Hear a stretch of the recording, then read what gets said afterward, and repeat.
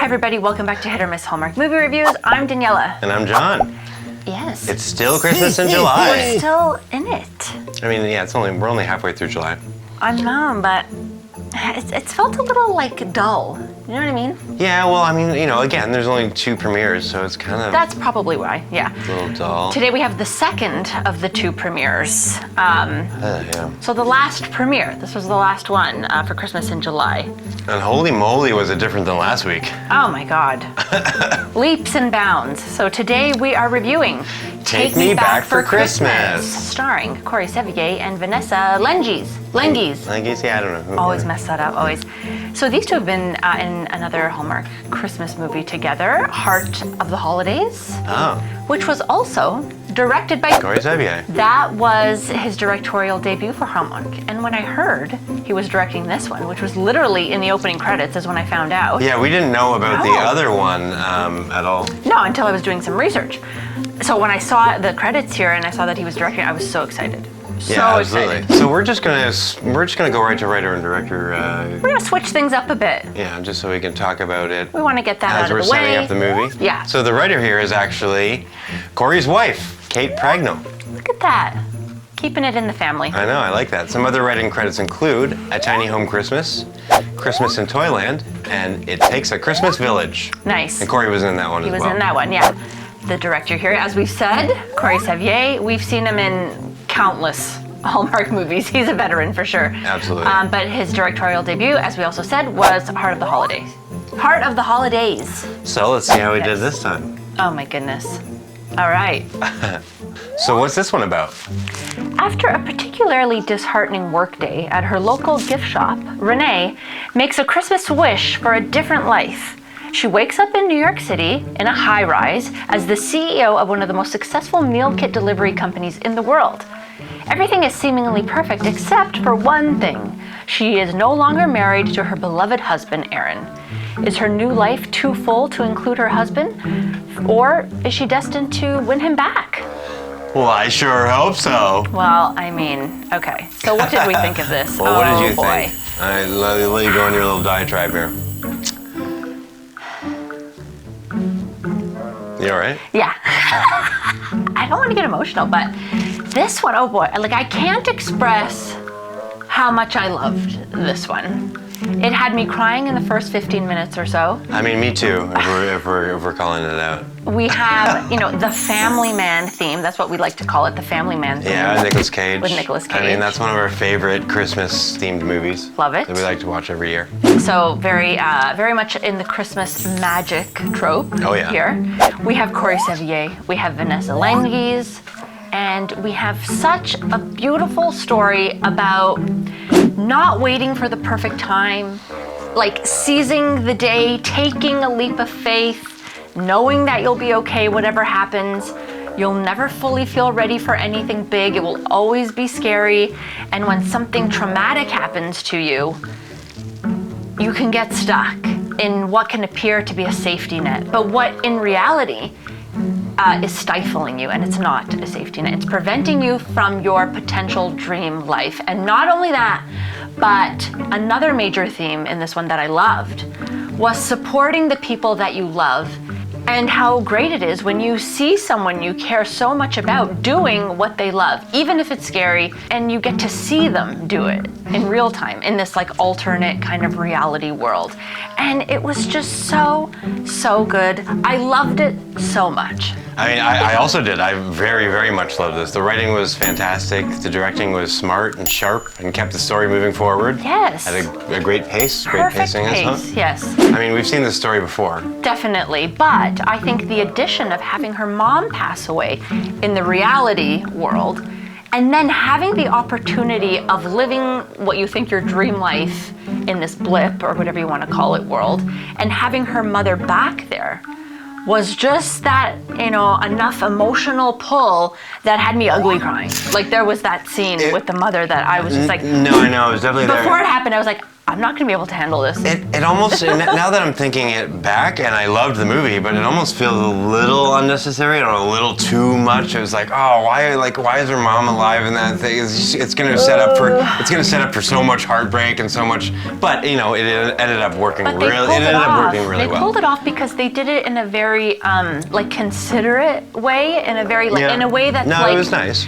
She's ready to accept that her mom has passed. She's ready to accept that she doesn't want to be stuck anymore. She wants to move forward. And then she'd rather have the world with her Aaron rather than be and live her successful potential businesswoman. life. Yeah, well, and live her potential dream life. Well, that was the other thing Because that kind of got me. maybe- And in these stories, it always happens. It's kind of like, here's the life you could have had, except that life you could have had took 15 years or 10 years of you ignoring the other life. So technically, even when you get that aha moment and you go back to the life and you're like, yeah, I want to go for it, you're still 10 years behind. It's a little bittersweet because, if she went back and she was like, I want to start that meal kit company, it's like, well, Harvest Meals already exists and they already destroyed you, so you can't now. I mean, better late than never. I know, but it's a nice sentiment. But when you really think about it, it kind of makes me even more depressed. Yes, I felt heartbroken when she was in that scene with her mom. But the two of them together, so Vanessa Lengies and Paula Boudreau, who plays her mother, were perfect. I felt their connection completely. They were so natural together, like a real mother and daughter. Yeah, it felt real. The first moment they see each other, in her office, in Renee's office, and we hear her mother's voice, I was like, oh my God, her mother's alive in this alternate universe. No, they didn't do that. Oh my God, I'm gonna be like disgustingly sad. But it was actually the perfect introduction to her mother in this alternate reality. Yeah, it was very I nice. loved it. I was like, oh, this is gonna make for a good story. A heartbreaking story, maybe a tough watch, but it's adding to the story. But definitely. it ended up being a great watch, and that was due to some really great performances. Fantastic performances, So why don't really. we get to performances? Yeah, let's do that. Everyone is really good in this movie, like down to the smallest side characters, Yeah. but the leads were especially great. Fantastic. Corey Sevier was fantastic, but I'm even more impressed with by his directing chops. The story demanded that his character take sort of like a back seat, and it was a perfect example of directing well while still being an impactful, believable on-screen presence. Very hard to do. Very hard to do. But it's really hard to deny Vanessa Lengies the gold crown here. Ugh. She was adorable and downright electric on screen the entire movie. Yeah, and I mean she the was. entire movie. I don't think there was actually one scene without her. No, in this there movie. wasn't. No. She was actually on screen the entire time. Every scene. Even if the scene started without her, she ended up walking in. So Yeah. but I loved her. she shined. Yeah. She had a lot of opportunities to mess it up, and she did not do it even once. Yeah. And side shout outs to Miguel Rivas, who plays Jerry. He was funny. Renee's business partner in the Fame and Fortune timeline. Yeah. I liked him a lot. I have to agree 100%. I thought both Corey and Vanessa were perfect. I loved them together so much. The chemistry was spot on. They were so in sync with each other. Like a married couple, Yeah, it was there. If I had to choose someone, yes, I agree. Vanessa is the standout for me. Her range was really on display here. She's funny, she's cute, she's vulnerable, she's emotional. I love her in the alternate reality, her discovering who she really could be in this world. Which is this confident, spontaneous, fun woman, someone who's not waiting around for anything. Because she is waiting for the perfect time in the real world, and she's not in the alternate world. Yeah. She's a go-getter in the alternate world, and she's forgotten that in the real world. She takes it on pretty quick. She's stuck. She's stuck in the real world because she's trapped because of the trauma of losing her mother.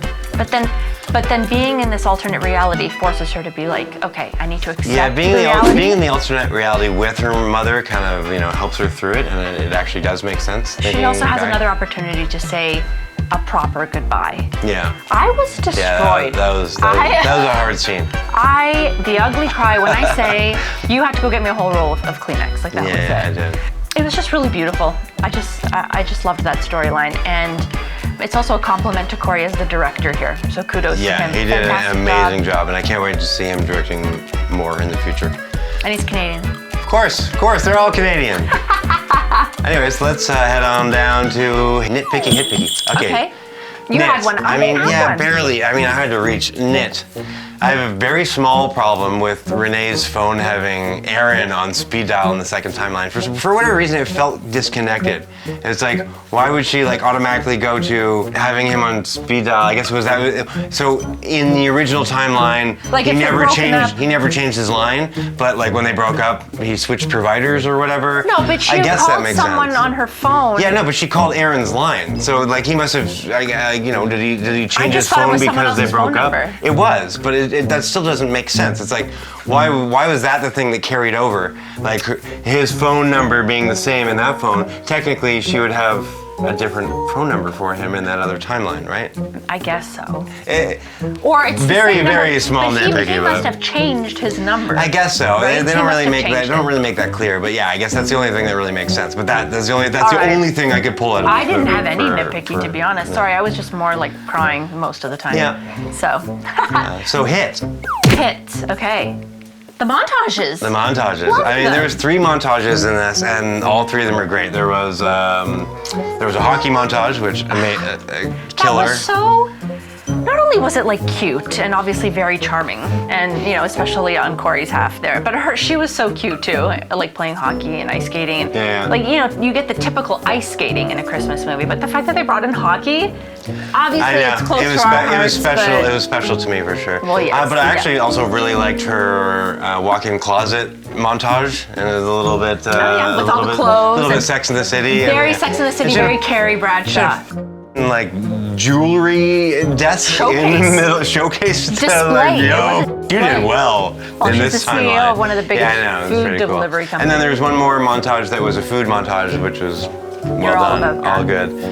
Yeah, Corey Sevier really knocked her out of the Like, park look, with this one. montages Like, can come off as a bit great job. cheesy and a bit unnecessary. No, I know, but to get a trifecta of them working It properly, yeah, it was good worked here. job, man. It lent itself to the storytelling in a good way. It didn't deter from it. I don't think, anyway. Absolutely. Yeah. Well, so let's bring up the Christmas meter. And how did we rate this on the Christmas meter? Well, for me, I'm giving this 11 Pipers piping. Damn, it was You know, up there. I mean, it's so hard to get a perfect score. I don't even know if that's going to be possible. I mean, but I almost wanted to give it a perfect score, but you know, again, for this year, I want to leave room at the top and the bottom. Yeah. Even though I didn't for Hanukkah for whatever reason. Oh, yeah. But I also have to loved give. it. I also have to give this one 11 piping. the same. Yeah, Nice. because Nice. this was near perfect. This is Guys, this this is one that will get replayed a lot. This is worth a watch. Yes, it's a little, it's not a little, it's very emotional and it will tug at the heartstrings and it may give you a little cry. Yeah, if you don't Or cry, a then big cry. If you don't cry, then you're dead inside. But if you're a fan of Nicolas Cage's film The Family Man, this one almost takes exact scenes from It does. There's especially actually- the Don Cheadle character Oh, in yeah, this what one. was that part? We should mention her as well. Like, she was great as, like, you know, I'm comparing her to the Don Cheadle character as the angel, the guardian Yeah. angel, who kind of shows her this alternate reality. I'm pretty sure I that's almost the like exact line. liked the Asian girl better. She was. I mean, she was cute and she was kind Yeah, I of know. like, sassy. Exactly. Yeah, Don Cheadle was just kind of like, you know. Don Cheadle was very cool and kind of laid back. Yeah, I and get. slick. I and- yeah. like it, but I like. Yeah. Yeah, we should. But find her even the name, scene with Renee and her in the car, where this angel is kind of explaining what's going on, like that's straight out of Family Man. Oh yeah, I know. They were But- taking lines straight out of But that. it We'll wasn't show some like comparison. annoying, and it wasn't like, oh, they're just trying to No, rip that was a off. perfect homage. That's like Perfect, people yeah. know that you're Yeah. comparing it Like, to go Family full Man. throttle. Like, I've said this before. If you're gonna like pay homage to one of those movies, go full throttle, embrace it, but still add your own spin to it. That's always important. And this definitely had the spin because it had the mother's subplot in there too. Yeah, for sure. Corey and his wife. Well done. Good Kudos team. to you. Yeah, you Kudos guys to you. need We to do needed this. more. We really needed this, and this will leave a nice, lasting Christmas taste in our mouth until Definitely. October when we start it up again. Is it October then it starts, or November? Well, October is when right after Halloween. Countdown to Christmas, baby. But right after Halloween, no?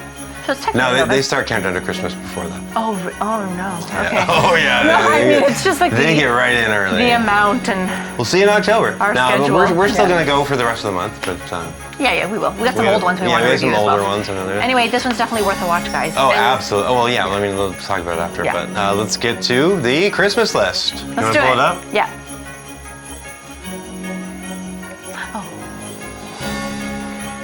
Good job. All right. Okay. Christmas fake out. No. No. A Christmas party. Yes. Character with a holiday name. I don't think so, right? No. Reference to decorating or picking out the perfect tree. Yes. Well, she disses Aaron's tree decorating. Yeah, it's a very small reference, but we're counting it. Yeah. It definitely works. Ice skating. Well, absolutely. Yes, and hockey. And it's hockey, so that's cool. That's a double ding. Yeah. Santa makes an appearance. Yes. Yeah, he was a fucking fat Santa. That was quite large. That's one of the fattest Santas. Very I've seen. exhausted looking Santa. I mean, yeah. It's like, how did he get through the chimney? Oh my gosh, that's mean. And that's one of the things. He's supposed to be a fat, jolly old man. No, I know. There can't be a Santa that's too fat. Get it. It's just He just seemed pretty You want him tired. to, you want him to be able to jog down the street tired or to me. something, maybe. Yeah, he was a little wheezy. Character obsessed with Christmas. No. I don't think so. We still haven't seen that. I want to see some Christmas-obsessed stuff in October. If I don't see some crazy Christmas, I'm Like gonna on be... the same level as the snow globe guy who lives in Snow the snow Globe guy and Holly the Holly was Crazy Christmas. That was like, that's Wes true, Brown too. was insane, and I want that That's true. character in every fucking movie. Yeah, that's always fun. A hot beverage. Yes. Yes. Horse-drawn sleigh, no. Christmas in the title. Yes. Yes. Granted a Christmas wish. Yes, yes, yes. This whole Absolutely. thing was about that. That's a good one, yeah. Snowball fight. No. Caroling. No. Christmas magic. 110%. Yay! And we love Our it. favorite trope. We love it Bring it so on. much. Mistletoe kiss. Finally. Yes. With We her never. mother. I know, with her mom. Which was so sweet. We never get a family mistletoe kiss. That's a special one. Nice little detail there. And real snow. Real snow. I think so because first of all, they filmed this. Well, they actually filmed this in Ontario in Hamilton, which is just a hop, skip, and a jump. Hop, skip, and a jump. From, actually, my sister lives there. Well, yeah. And she just had a baby today. Congratulations, Amanda and Justin. Yes, congratulations. But yeah, they filmed this very close to us. Corey's from around here. He's actually from very close to where I grew up. Oh my God. Next door. So cool. But anyways, there was definitely real snow going on because they were filming this in December. There was definitely some snow machine because there was a couple scenes where they did the transition uplook, to the alternate. and it was like, wow, that's a lot of snow. Well, that's because that was the transition to the alternate world. It was kind of swirling like they snow. did a good job though. It looked very good. So, Loved it. We're gonna pull up. Loved it. This was a wonderful movie, and this so is exactly happy. what we needed for Christmas in July. You couldn't have done any better. Maybe that's why there's only two, because we got a piece of shit, and then we got a wonderful movie that we'll probably watch for years. Let us know if you liked this one as much as we did. What would you rate it on the Christmas meter? Did it move you? Did it make you cry? Did it put a smile on your face? Are you dead inside? Yeah, let us know in the comments below. And we'll see you back in a few days for, Hopefully. I think we're going to do the review of Christmas with Holly, which is a movie from 12 years ago. One of my faves. Yeah, now. Love so her. we'll get just a couple more before Christmas in July is done, and then we'll get back to business as usual. Yeah. But again, please don't forget to like and share, and if you haven't already, subscribe to the channel. Yeah. And see you soon. And we'll see you very soon. Bye. Happy Christmas in July. Bye.